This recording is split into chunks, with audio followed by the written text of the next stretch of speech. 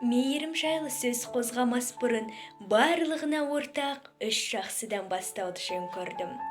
Біріншісі күн жақсы, екіншісі ай жақсы, үшіншісі мейірімді де, жаны жайсан, көркем мінезді де, ақылды дан адам жақсы.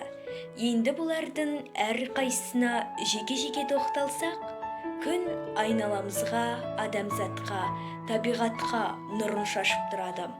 Ай болса, қараңғы түнде жарық сәулесін шашады. Ал жақсы адам болса, білімділігі мен даналығының арқасында, мейірімділігінің арқасында адамзатқа тура жолды көрсетеді.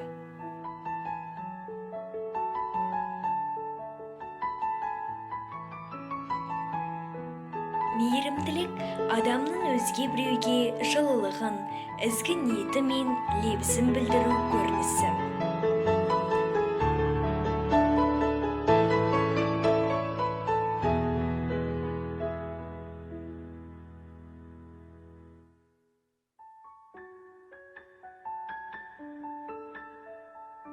Жақсылық жасау адамзатқа, айналамызға, қоршаған ортамызға қайырымдылық пен қамқорлық көрсетіп, көмек білдіру.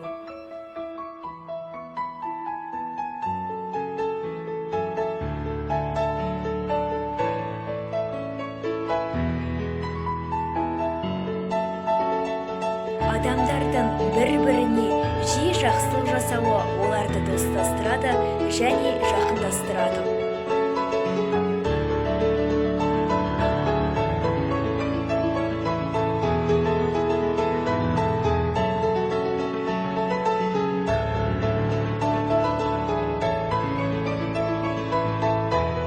Кір тигізбей ұста ойынның өресін, мейірім етсін, мейірімділік көресін.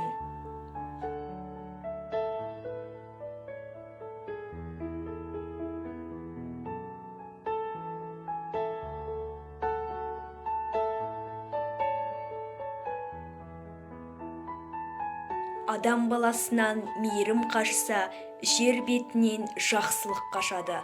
Осыны ұмытпайық.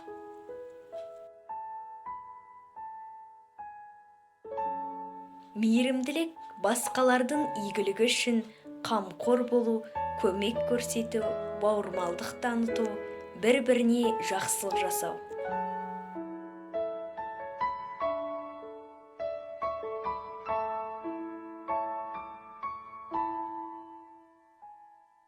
Мейірімділіктің жоғалуы қазақилығымызды жоғалтумен тең.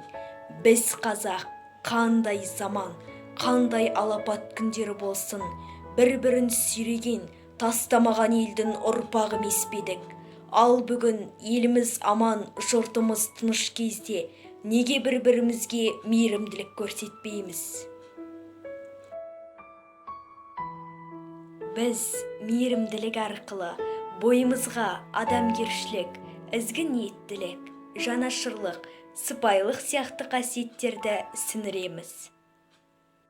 Кезінде Абай атамыз өзінің бір қара сөзінде тірі адамның жүректен аяулы жері жоқ деген.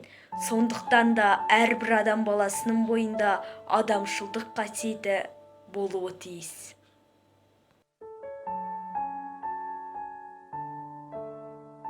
Жақсы болсаң жердей бол, бәрін шыдап көтерген. Таза болсаң судай бол, бәрін жуып кетірген. Біреуге жақсылық етсең, ол жақсылықты міндет етпе.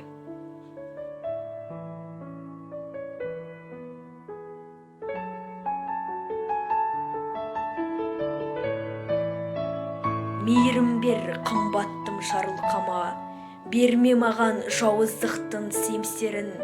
Мейірім бер мұнайғанда жасын сүртем мен сенің. Мейірім бер, берме маған жауыздықтың семсерін. Үйдегі ана мейірім бер түзде жортқан қасқырға.